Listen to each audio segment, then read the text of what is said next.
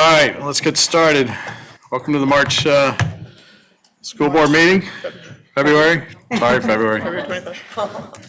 February. I'm thinking of the end of the week. All right. First thing up is Pledge of Allegiance. Everybody please stand. I pledge allegiance to the flag of the United States of America and to the republic for which it stands, one nation, under God, indivisible, with liberty and justice for all. All right. Board met in executive session beforehand to discuss some personnel and legal issues. Mrs. Armstrong is unable to attend. She's under the weather. She's not here. I go home today.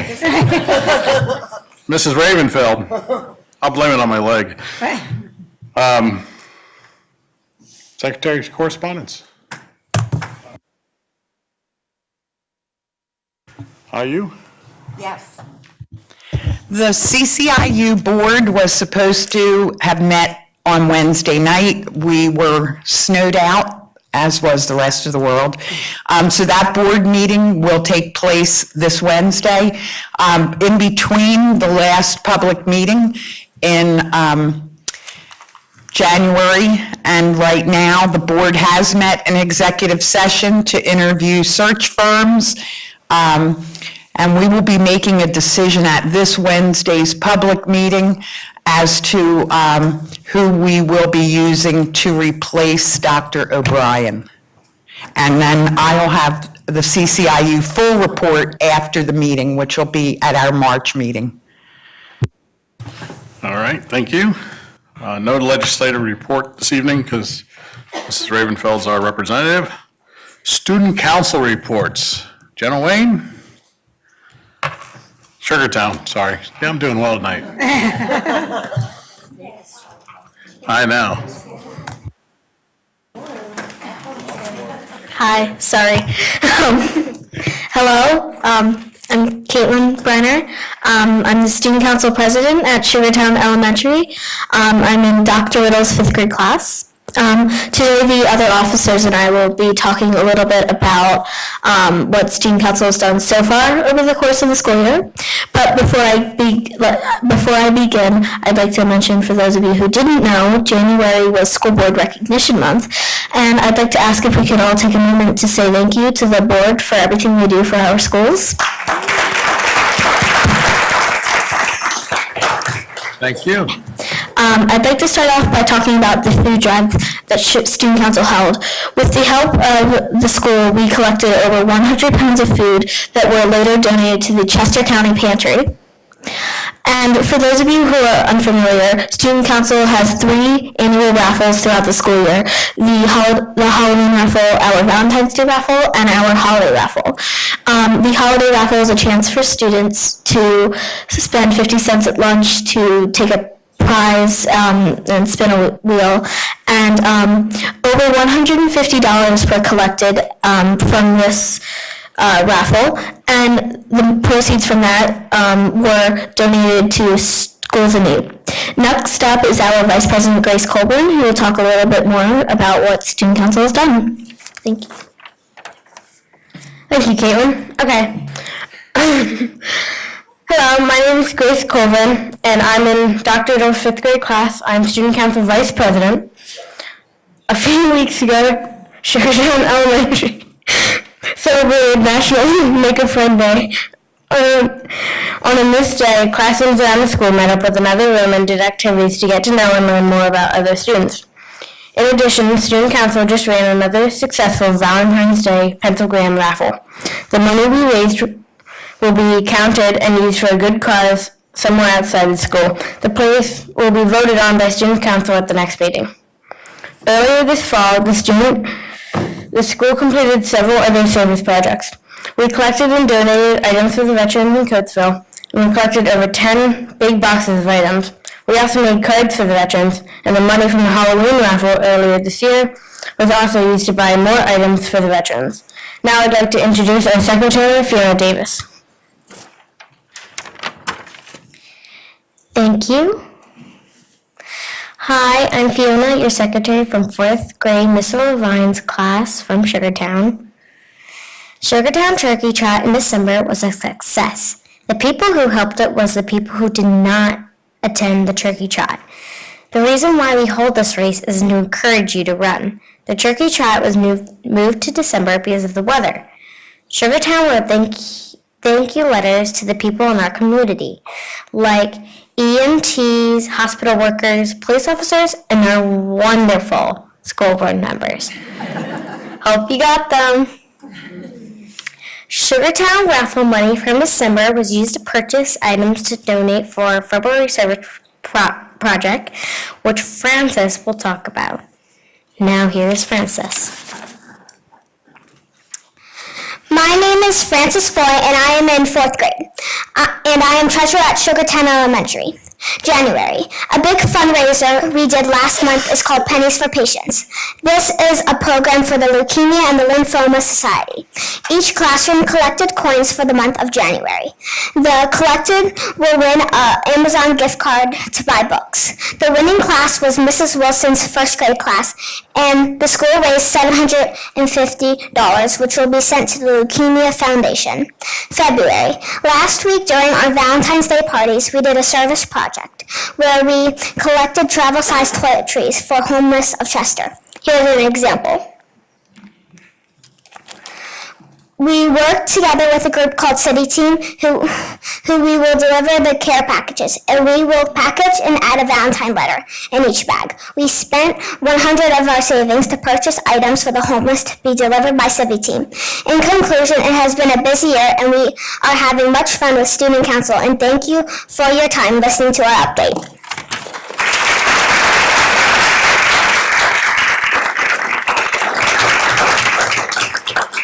Thank you, and we did get your cards, so thank you very much. They were very nice. We have a recognition to do first, and then I want to have the high school representative tell you what's going on at the high school before you guys run off. Is that okay? Can you wait a few minutes? Good. All right. Any other reports? I have a report from the okay. Instructional Tech Committee. The Instructional Tech Committee met on Tuesday, February 19th. We were joined by the Great Valley administrators Stephen O'Toole, Tricia Beck, and Jason Rasmussen, and 3 Great Valley teachers, Jessica Schock, Heather Stairs, and Jeremy Rudolph. Teachers explained that they're using Google Expeditions in their classrooms. All right, so Google Expeditions, it's a VR headset, so basically goggles with a phone that goes in, and then there's a tablet where you can control what everyone else can see. Mr. Rasman used the virtual reality to uses virtual reality to expand the limits in their classroom, allowing teachers to guide students through collections of 360 scenes and 3D objects, pointing out interesting sights and artifacts along the way. Teachers have taken students on these virtual expeditions to Ellis Island, the inside of Volcano, and to Argentina, respective to their grade level or content area curriculum. Teachers shared that students are very excited to use the Google Expeditions. Dr. O'Toole reinforced the teacher's report by sharing a video that included clips of the students seeing the expedition for the first time, and there were many oohs and ahs from the students. The initial set of Google Expeditions was secured through a venture grant provided by the Foundation of Great Valley. Teachers expressed interest in obtaining additional Google Expedition kits because they see that devices are regularly used. One teacher reported that she plans 3 weeks in advance to sign up for the class set of Google Expeditions. The meeting adjourned at 6:03 p.m. and the committee will meet Monday, April 8th from 5 to 6. Thanks. Thank you. We have a recognition tonight of the Future City competition. Mr. Hoffritz.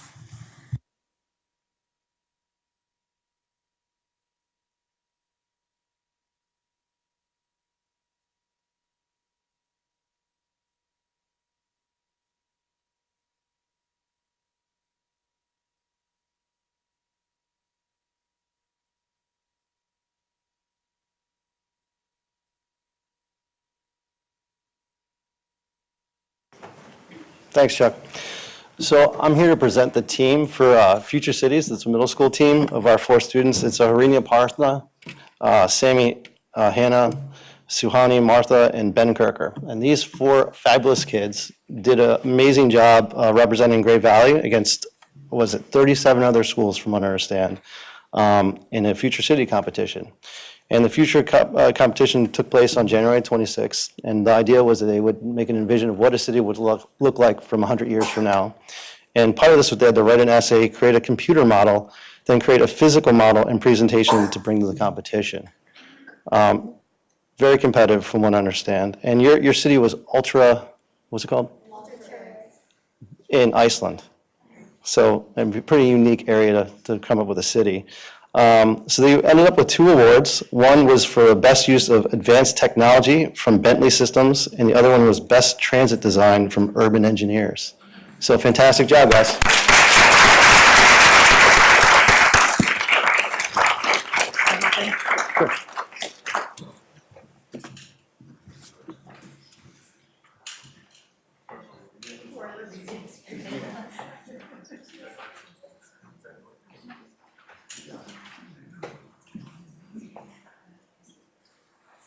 Sure.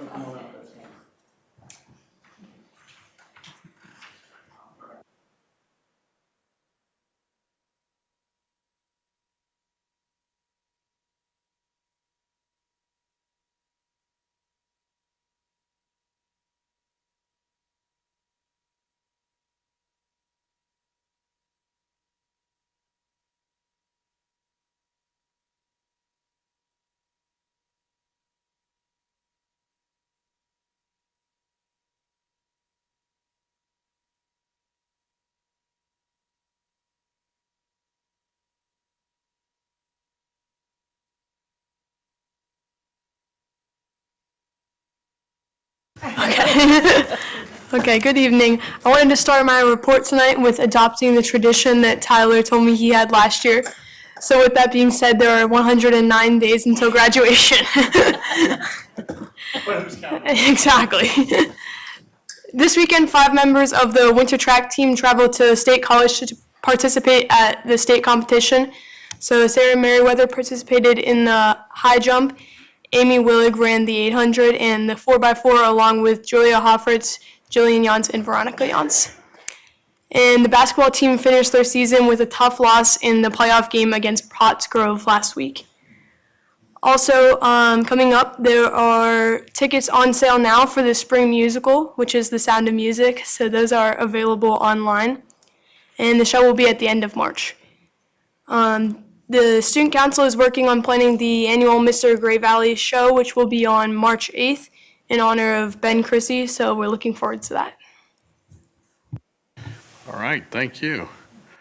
All right, if you guys want to grab your parents and sneak out, you can. Or you can stay for the whole meeting if you want. Oh, she's ready.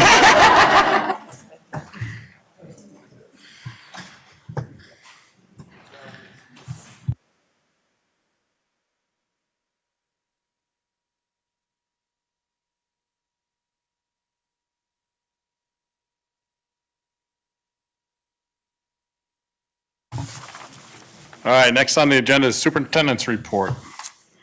Yes, this evening, we come to the culminating activity that we started in the fall of this year, and it is the consideration of the full-day kindergarten in the Great Valley School District. The information that we've reviewed up to this point, in November, we had the communications plan and finances and facilities. December, research and program considerations. January, the survey results and program review site visit reports. And in February, the sample schedule.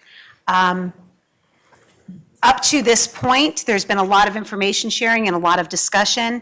And this evening, Mr. Barrett will explain the process to move forward with the vote. All right, so just so everybody who's here, who's clear what happens, shortly after another presentation, we'll have public comment on anything that's being voted on this evening. So you'll be welcome to come to the podium and express your comments to us. After that concludes, we will move on to what is the voting section of the meeting. For kindergarten, somebody's going to make a motion to either go with full-day kindergarten. I guess that's the only real motion we have, to go with full-day kindergarten. We will have discussions around that, and then we will vote. So that motion will either pass, and we'll have full-day kindergarten, or it will fail and we will not have full-day kindergarten. So just so you guys understand the process that's going to unfold. All right. So real quick, we have a long-term budget capital discussion before we get to the voting session. Chuck's retiring, he's slowing down. That's two words I never usually say together.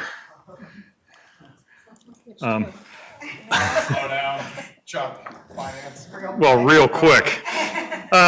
Last week, we talked a little bit about some potential as we go down the possible road and the probable road that you're going to have some pretty significant funding challenges in the future for capital as our infrastructure starts to age. So the challenge is you need to come up with a mechanism for some future funding for our aging infrastructure and the need for possible expansion due to increasing enrollment.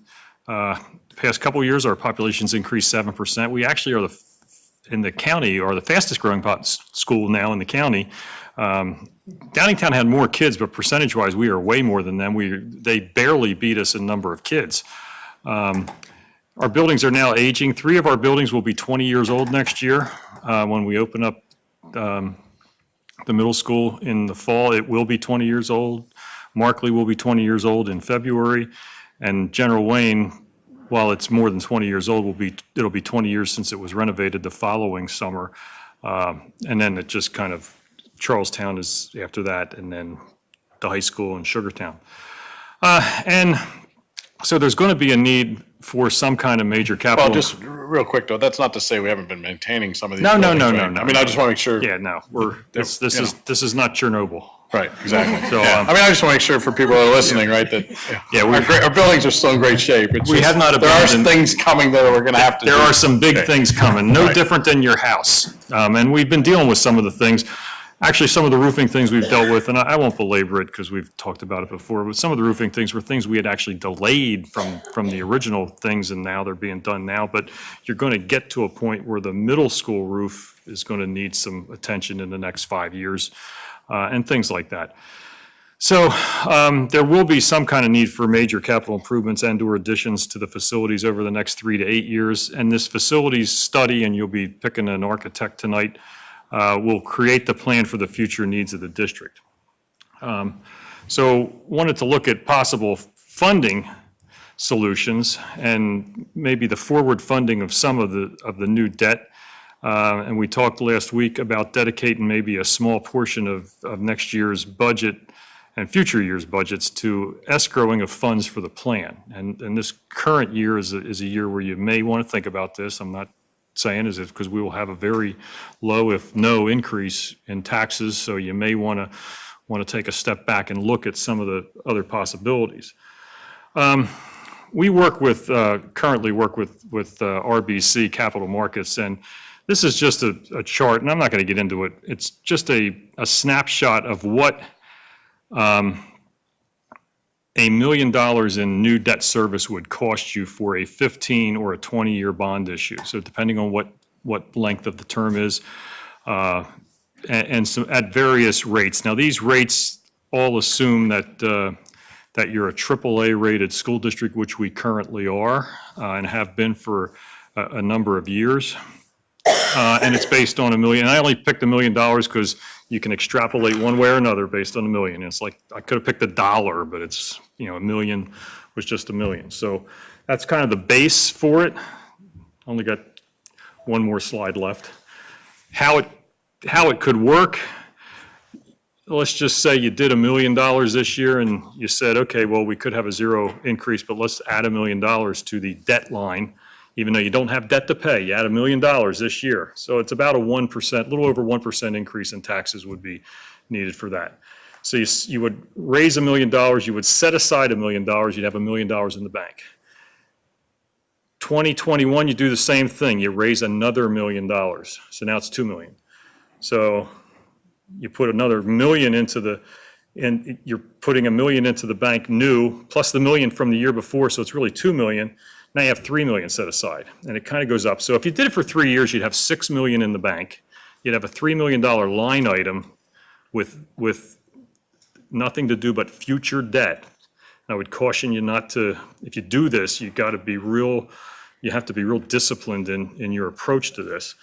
And just making up a number, let's say you needed to borrow $50 million, which when you heard the architects, when you interviewed them, that's probably a low number.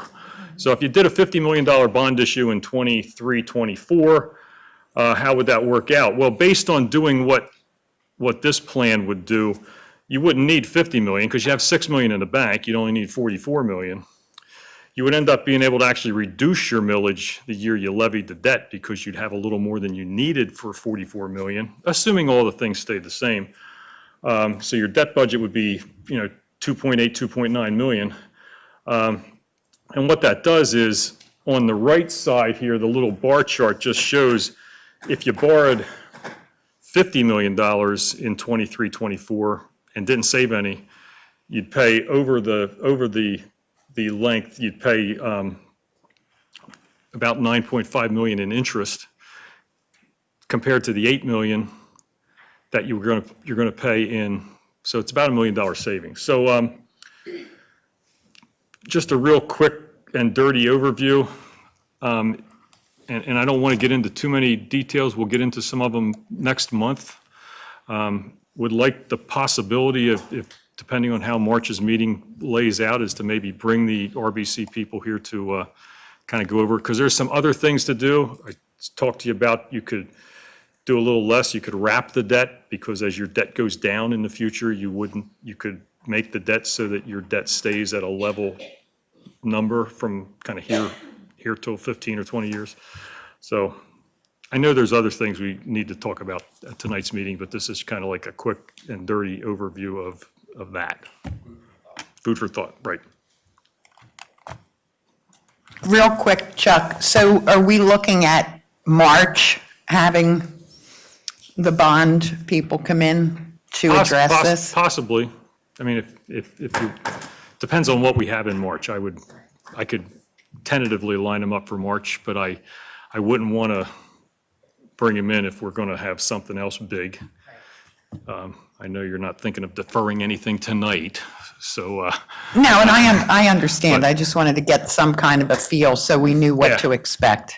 Okay. It would need to be done, I would hope, if you want to think about it seriously, it would need to be done before you finalize the budget, and hopefully before you finalize the tentative budget, which is in April on the 22nd. And as we're thinking through tonight, we are beginning the process of the feasibility study. It would be very safe to say that in any instance, in any recommendation, we will be looking to do something. There will be some action that will be taken within the next 3 to 5 years, just based upon population and keeping our buildings to a place where we want them to be.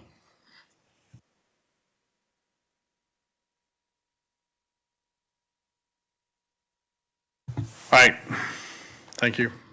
Any questions? Any more questions? All right. All right, at this point, I'll open up the podium for comments on any of the agenda items that we're voting on this evening. If you have other comments, there's another session at the end. If you come to the podium, state your name, your residency, and if you could limit your comments to 3 minutes or less so that others have an opportunity to speak. If this goes on for more than 20 or 30 minutes, I may ask people to just focus on any new additional information they may want to come, because we've received a lot of emails and we've read them all. We've received all the surveys, we've read them.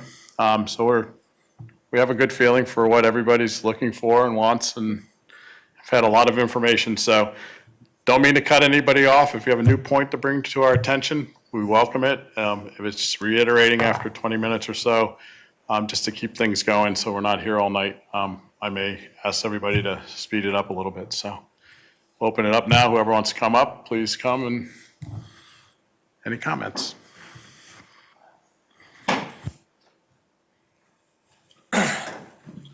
Hello, my name is Dennis Casper. I'm a resident with a kindergartner at Sugartown Elementary, and I just want to let everyone know I strongly encourage voting for the full-day kindergarten. As a parent of a kindergartner, I feel that they are very a 3-hour window to cram everything that they're doing is a lot, and I'm shocked at the results that they're doing. I mean, thank goodness we have wonderful teachers.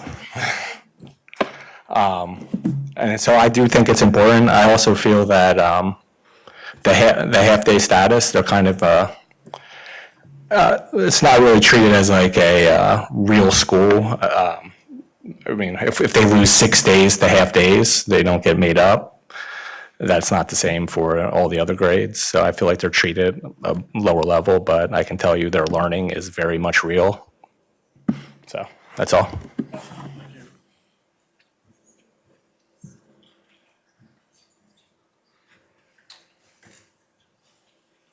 30 minutes.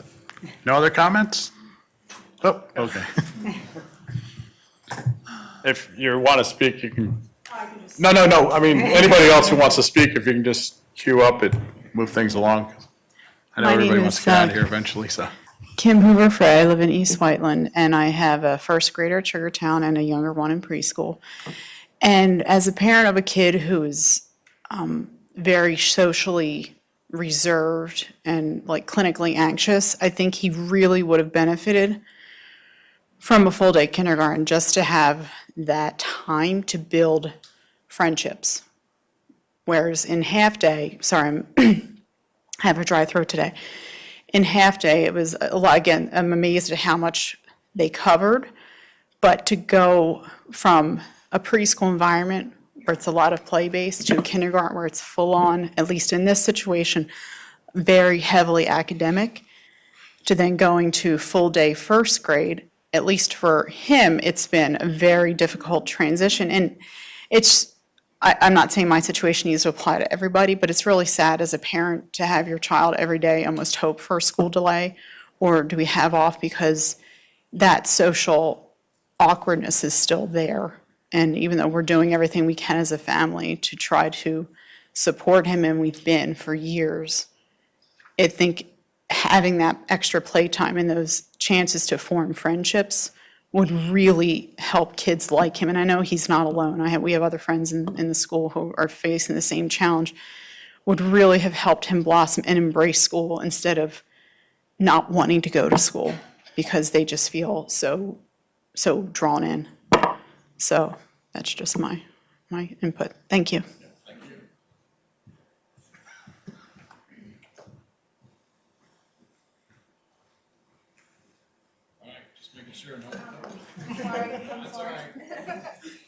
My name is Erin Giordanato. I live in Stonehenge, and my son is 5 and will be going to kindergarten next year at Sugartown, hopefully, if the vote passes. There are many studies that you guys have read about why full-day kindergarten benefits the student. There are many advantages that have been documented. All of the districts around us already have full-day kindergarten. My concern is that our students will be behind. The advantage of having the time that the teachers are given to work with these students, to sit with them, to spend time with them, to offer alternative ways to learn will only benefit our students. I don't understand if it doesn't pass, why we wouldn't want this for our students.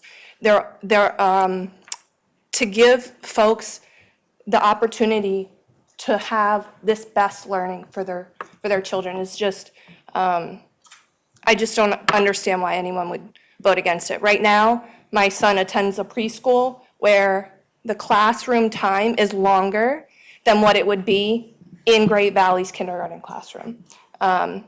There are many reasons why I personally want that extra time for my son. I feel like teachers can recognize learning disabilities, and I just feel that that time that we give to our students can only benefit them and prepare them for first grade. I do know that many parents, if it is still half day, will look at alternatives to put their children in a full day kindergarten so they have those benefits. And so whether they come back to Great Valley in first grade or they leave the district permanently, would be an impact of not voting for full-day kindergarten. So I support it. I have many moms and dads who support it, and we want all of our children to have the best education and the time to learn.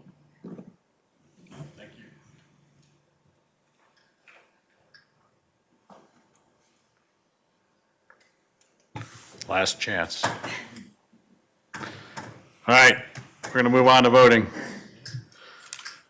First thing up is consent agenda items. I have a motion for approval for 701 through 718. Move to approve 7.01 to 7.18. Second? Second. Any questions or comments on any of these? Just for clear people in the audience, this is not the full-day kindergarten vote. These are other issues, just so you know. Okay, sorry about that. I do just want to clarify in the program of studies, there are just from what you looked at last week, there is an asterisk that was added for Spanish 5. That course is offered for dual enrollment credit. So that is the asterisk has been correctly placed after Spanish 5. And also the Intro to High School Math course is listed in this program of study. So I just wanted to clarify to make sure that everyone is aware of the adjustments. All right. Any other questions or comments? All right, all those in favor? Motion passes 8-0. Next up is the architecture feasibility study. We interviewed 3 architectural firms, interviewed them, and had a lot of discussion around them in the past. And so I need a motion to hire, I guess is the right terminology, Chuck? Hire? I'd like to make that motion, if that's okay. I would like to recommend the firm of Breslin, Richard, Federo, BRFA. All right, I have a motion. Do we have a second for them? Second. All right, motion and a second. Any comments? I would like to ask a couple questions. So, Chuck, we have been using this firm to do a good bit of our work over the last 10 years or so. Is that right? Actually, about 20 years. And right now, they're doing work over at the middle school? Correct. And so I'm kind of saying this as asking it because I don't want to speak incorrectly. So we interviewed these 3 firms. Every one of them is qualified. But in the business world, we have a vendor, a professional that we've used over and over again because they've performed for us. I've talked to a lot of the staff. I've had conversation with Chuck. Unless there's change orders in place that I'm not aware of, I just don't see a reason to not continue to use this firm. I think we've formed a relationship over the years. I think they know our facilities, they know our people, they know our standard, which is actually pretty valuable because it'll take them a lot less time to do whatever the job is at hand because they've already done some of the legwork. So I'm really concerned, quite honestly, even though the other 2 firms were qualified, I'm concerned if we don't use them. I don't see any reason to not use them. And I guess, Chuck, I'm asking you, is there a reason from the district standpoint to not use BRFA? Well, we wouldn't have brought them to you if there was a reason for you not to use them. You know, obviously, they've been our architectural firm for about 20 years. 20 years ago, the board hired 2 architects when we did and I think they probably said this in their interview. We hired 2 architectural firms. One built the Markley Elementary School, and Breslin did the middle school. And essentially, the winner of the 2 architectural firms got to do the rest of the projects. So Breslin did all the rest of our projects here. The only project that they don't have drawings and things on file for would be the Katie Markley building. So, and you're correct, they have very few change orders. We've only had one building with any significant change orders, and that was Charlestown, not their fault, because there's gigantic rocks there because there's a quarry right next to it.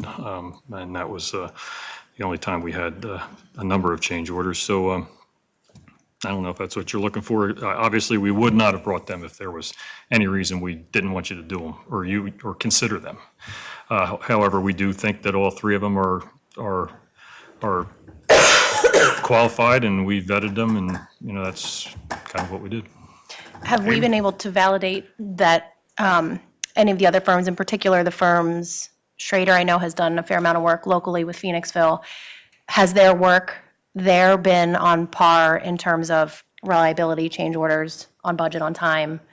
Do we have any sense for that from our colleagues nearby for either of the other firms? As Mr. Linderman had stated, the recommendations we received back were positive. If there was any reason as to that it was not positive, we would not have included them in the interview process. My concern was when we listened to the presentations by the 3 firms, that one was probably the weakest by far. And there's some value to maintaining someone who we know, someone who's done decent work over the years, someone who knows our buildings. But on the flip side, this is going to be a big project. It's going to require a lot of community involvement and studies. And I think, I thought the 3rd firm, Schrader, did I say it right? Just did a great job of how do you get the community involved. They got involved with their example where they shut down local elementary schools and got the community behind them. And I just thought they did a much better job. The other concern I have is we're paying for a $4 million concrete problem at the middle school. Yeah. That the architect that we have now was involved with, one way or another. And that just in the back of mind, I'm not saying that they were at fault, but they were part of that process. And here we are now repairing, 20 years later, I'll give it, but concrete that should not need repair at this point. And that's some of my concern, and maybe I'm placing some blame where it doesn't deserve, but it's just in the back of my mind is that little noise saying this isn't the right way to go. So that's my feeling. So I think that whoever we pick is going to be extremely competent and will do a great job. So you're choosing 3 really good things because they were already pre-screened by the time they got to us, and there were no red flags. When you research the firms and look online and dig a little deeper and make phone calls, there was nothing that said no to any of them to me. I could go to any of them and be happy, but my concern is if we keep using the same firm over and over, we might be missing ideas or overlooking problems that already exist. Now, maybe there's none there, but I think that I don't want to become too dependent on one firm, and if we've been with them for 20 years, sometimes getting another opinion might be valuable. So, but again, like whoever we decide, I think that they were all extremely great. They all bring great things to the table, so I'm excited for the future. I agree with much of what my colleagues here have said. I also feel that we're a growing district with lots of changes in the population here, in size, in needs for our students, for our technology, and I feel that because of that, I welcome new ideas. It doesn't mean the old ideas aren't good. As Steph said, all and many of you said, all 3 firms would do a great job.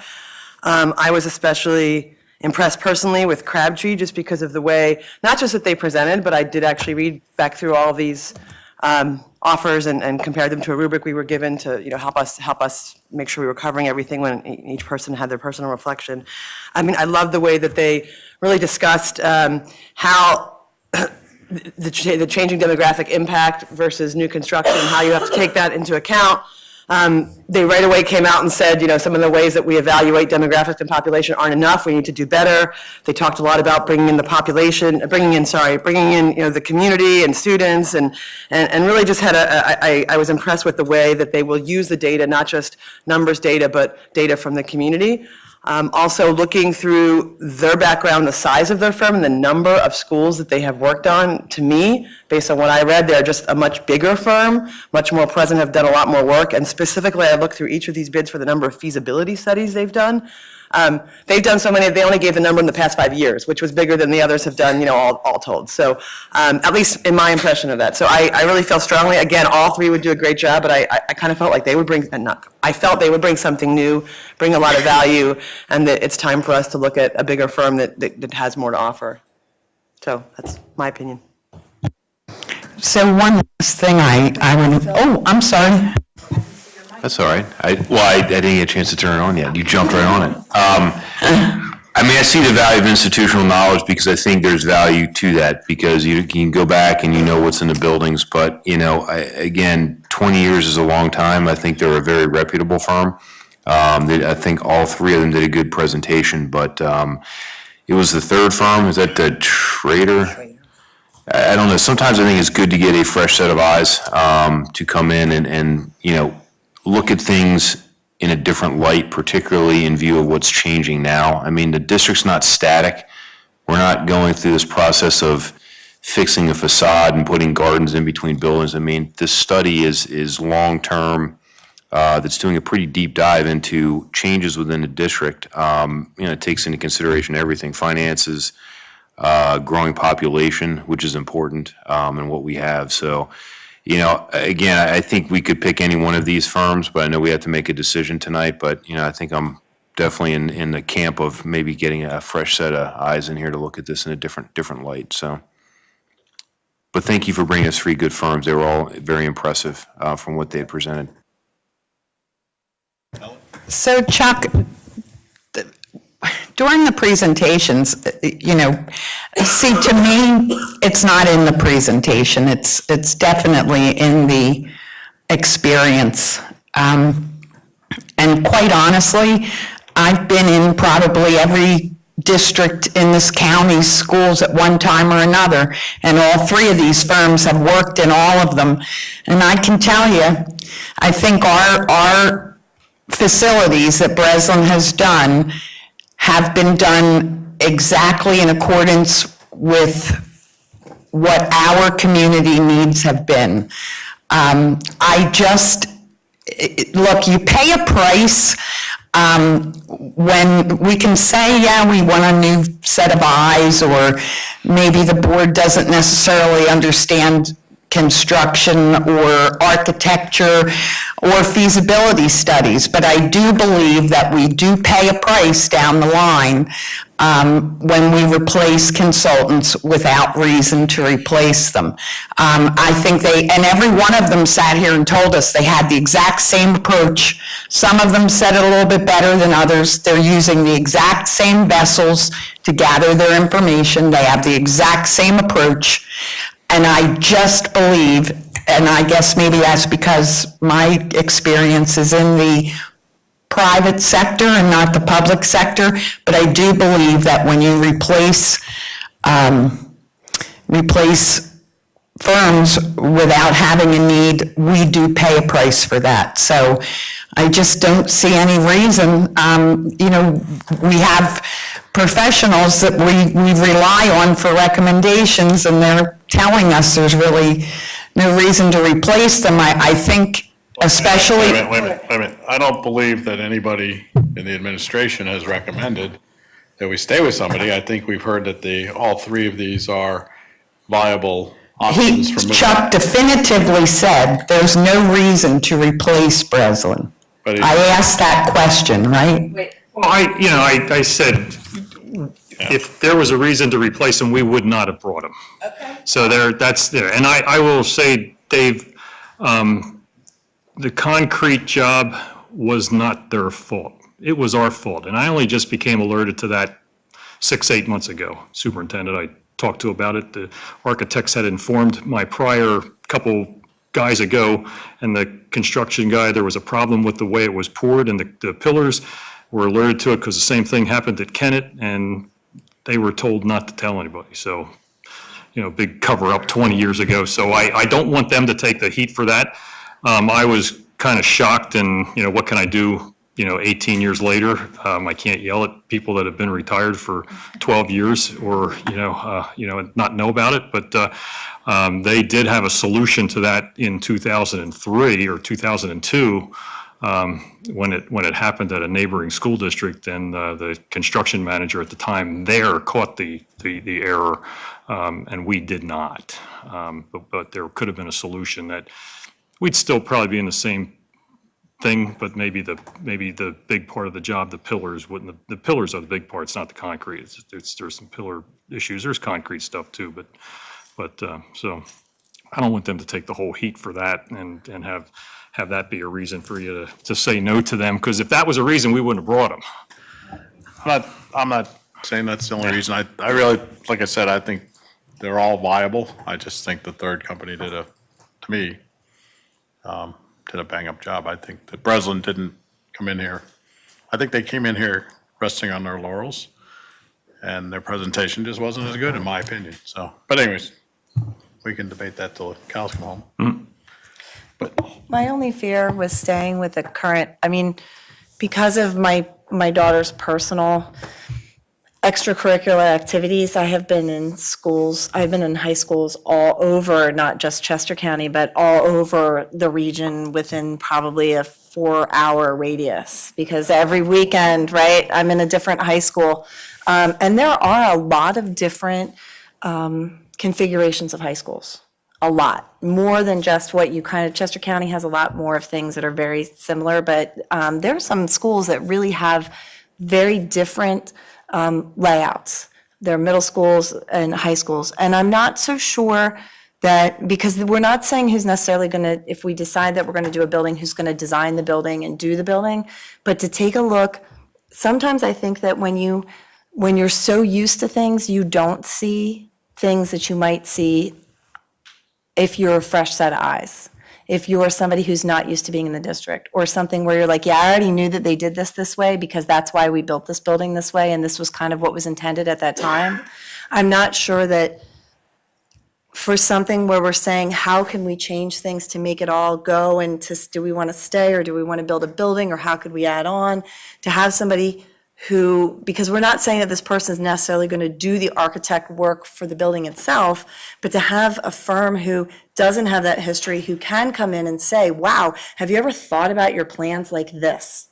Who doesn't have that institutional, I think that almost helps sometimes, because they're not coming with any kind of preconceived ideas. And I think we're at a place too that, from what I've heard, unfortunately with my personal situation recently, things have been super crazy, that there are some other firms who have much more community involvement. And so I think that right now, when we're talking about what do we think that we want, do we want to add on to buildings, do we want to build new buildings, what is our community thinking, that's going to come very heavily into play as we make decisions about how we want to spend whatever bond issues we're going to have later. So that definitely weighs that, I don't want somebody who knows exactly where everything is and why we did it, because they could potentially have some stale ideas, because they know why things were that way, and they may or may not look and say, wow, you know what, you should build a bridge between the district building and Katie Markley and do this crazy thing. But that's not the job. All three of them presented, and this feasibility study is going to be done. It's a study, so it'll be with community input. They all propose the exact same thing: community input, student input, district input, board input. A study's done, it comes back, they see what the wants are, they see what the needs are, but again, they don't make up the needs, they get all that from the district. So they are doing a study and then implementing based on the results of what all these disaggregate groups come back, what direction it looks like would best serve the district. And all three of them made their presentation and were very clear that that was what the study was going to be consisted of. So they're all looking at it from that standpoint. They're not coming back to us saying, hey, this is what we think. They're coming back saying, this is what the test markets come back and show. And then we talk about prioritizing and what direction we want to go in. So all three of them are going to give us exactly the same information, I believe. Chuck, am I wrong? I'd just like to add, I have not personally done, been involved in commissioning a feasibility study, but I've been involved in many other types of studies in my business experience, and even here, we've seen surveys come in, and there's many different ways to do a study. Here, at this very table, we've debated what questions mean in a survey and what did the people really mean when they answered. So I think there's many ways to go about that kind of survey. Sometimes people don't know what they don't know, and the way you ask questions can draw things out. And so I think we need to consider that not every survey is equivalent, not every study is equivalent, and some of it is left up to just us judging what experience we each think they have and what we heard. But I just don't want to leave the group with a study is a study, at least not in my opinion. And just to give you a little history, because that's what I'm here for, when we did the last feasibility study back in the early 90s, you weren't even born yet, really. But we did not go, the board did not go with the architect that did the feasibility study. The architect that was hired to do the feasibility study was actually the architect that built the high school, Carruthers, Daly, and Jalboot. I think they were called a little bit different than that. They might have had one less partner or something. But the board then went outside and hired these other two architects when it came to the design process. So you're not married to the people here. It's a relatively inexpensive, I mean, I know it sounds expensive if it's a personal expenditure, but in the realm of our $105 million budget, this is a relatively inexpensive thing. And, so whether you want to keep the same people, get new ideas, you always have the ability to go back to whoever, if you decide that, you didn't like whatever came, or you liked whatever came and you stuck with them, that's fine too. You don't have to have history repeating itself, but it's just kind of what happens. All right. Any other additional or different comments? All right, so we have a motion and a second on the table. So all those in favor of the motion, raise their hand. All those opposed? All right, the motion fails 1, 2, 7. So I have another motion. I'll make a motion for Schrader Group. Do we have a second? Second. Motion and a second. Any comments, additional comments around this? I think we had a pretty thorough discussion. Just making sure. All those in favor? All those opposed? Motion passes 5-3. So Schrader is the firm to be hired for the study. And I just want to make comment sure. from my part, I don't think you can make a bad decision. Right, I was just Because gonna I say. think they are all Yeah. good. I think, I wish you could afford to have all three of them do it and see what they all did. Yeah, exactly. But that would be a lot of work on your part, on the administration's part, and. And the community coming to a lot of surveys, Community yes. coming to three Right. different meetings on the same night. No, on the they same were all place. very good, and they all deserve to win the bid. It really just came down to feeling of 5 people, so. And I think one thing that I felt was a positive, they really respect one another. So I believe, and that was reiterated as each one presented, so I do think any decision you would have made was a great one. And we will make sure that the process is followed through on. And these three all 3 of them have been around a while, so, where others have come and gone, Right. so. All right, next thing up is technology bid. Do I have a motion for approval of 8.02? I move to approve 8.02. A second? I'll second. Any questions around this bid? This is all around our E-rate and everything we get for computer-related. Right, and the E-rate, that's that little charge you get on your telephone bill every month that we get to get a little chunk of that little, and it's a big chunk this year. Normally our chunk is just for like our ISP and things like that. This is a big chunk we have for this year. So 40% now, because of our wealth factor, we only get 40%. Some schools will get more, but. All right. Any questions on this? All right, all those in favor? Motion passes 9-0, or excuse me, 8-0. All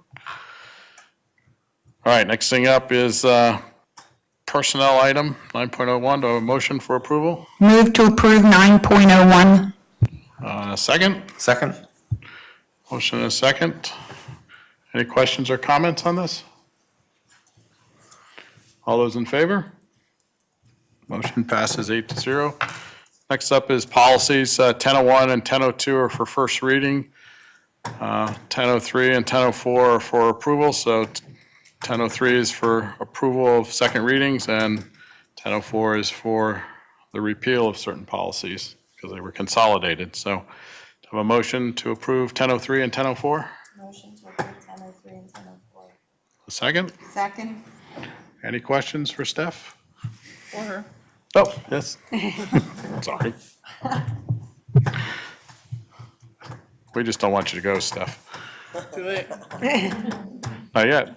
All right, so we have a motion and a second for approval. Any, no comments, questions? Motion, or excuse me, all those in favor? Motion passes 8-0. All right, full-day kindergarten. Do I have a motion? Move to approve full-day kindergarten in the Great Valley School District. Go ahead, do it too. All right, I have a motion and a second. Do we have any questions or discussions? I would like to say that I think that this will be a great benefit. In fact, I know that this will be a great benefit for every child coming in at kindergarten up through 12th grade.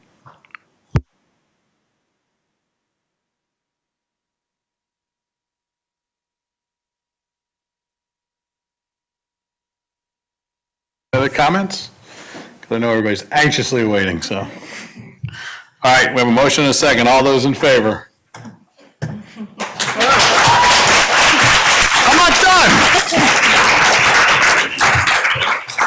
All right, motion approved, 8-0. We have full-day kindergarten for the fall. So bring your children in tomorrow and register. Make an appointment. Oh, make an appointment tomorrow. Yeah, it might be a line tomorrow. And then just to clarify, this is a definite, we're not gonna offer it and pull it, like, we're going forward, it's starting this fall, I just wanna, you go on As record. per your vote and our kindergarten teachers, administration, and staff, we are ready to begin planning, and we will be ready to greet the full-day kindergarten children for the 2019-2020 school year happily. I know Mrs. Beck and Dr. O'Toole are ready to move into the next phase of the plan. Can I also say, so much time has been spent by your team, by this community. you. This has been the first experience for me on the board where it feels like such a dialogue that we've had, and I don't know that everybody knew that we were all going to be a yes from the beginning. So this was a very meaningful experience. Yeah, I want to think, for a lot say of thank us. you to everybody. I was a no to start, so there you go, it worked. But that's what we're here for. We're here to gather information, and the administration and the community provided a lot of information. Mr. Linderman provided a lot of financial information. We had a lot of emails. So it was, brought together well, and I want to thank everybody who's involved, everybody who took the time to fill out the surveys and come to the forums. It was great effort from everybody, and thank the administration, and they've got a lot of work to do in the next 6 months or so. And I just have to say, kindergarten teachers in our district, whether they're Great Beginnings teachers, whether they're half-day teachers currently, the very first conversation we had with the teachers was really to ask them how they felt. And I have to say, from that very initial conversation to right now, this evening, as I'm looking at faces, thank you. Thank you for your commitment to our children in this district, because we are truly, truly fortunate. And the current program we have is phenomenal, and it will be phenomenal with the benefit of time. So I really thank you for that. And I'm sorry, go. Just a minor point, but also thank you to folks from other districts. Shout out to Westchester. It's something that I love about being in this area because there are some districts near us who are more collaborative than others, and it makes a difference. And so I appreciate that as a board member, that we can learn from people who are doing things successfully. What Steph's referring to is we had some forums, and part of those forums, we had each of the forums at the elementary school, we had a Westchester principal and a Westchester kindergarten teacher attend and share their experiences that they've had over the past year with full-day kindergarten. So it was very nice of them to come on their own time in the evening and share that experience with us. So that's what she's referring to. So it's been great. The visits. And the visits, yes. The And visits are good. yes, and staff was able to visit several school districts, and I will not remember them all, but Westchester and Radnor And Kennett. and Kennett, who all have full-day kindergarten. So it was very helpful. So thank you to them. And just one more thing from myself. I've sat on this board for almost 8 years, and this decision I struggled with more than any other decision I've had to make as I was seated, because I truly believe that my responsibility is to do what's in the best interest of the entire district. And I sat on that fence for quite some time, but I will tell you that doing the research, hearing these presentations, and really what did it for me was our kindergarten teacher's presentation.